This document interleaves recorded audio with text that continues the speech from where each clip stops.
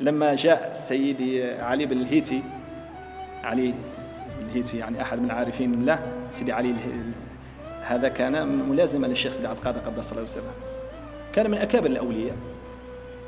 جاب واحد من المريدين تاعو يقول له سيدي علي بن إدريس، أصله من السودان، جابوا للشيخ سيدي عبد القادر قالوا يا سيدي هذا مريد ونجيب وكذا وعنده حال، هبه شيئا يعني أعطيه نفحة من نفحات. الشيخ رضي الله عنه حط له يدو على قلبه ففتحت بصيرته. هو يحكي سيدي هذا قال لي يعني شفت الملائكة الشياطين العوالم الغيب كلها تفتحت لحظة واحدة، هذا يتكلم وذاك يسبح وذاك، قال راح العقل.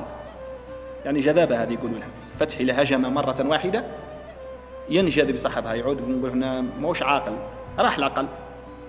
لهذا نستعيد نحن من الفتح الهاجم هذا اللي يهجم مرة واحدة.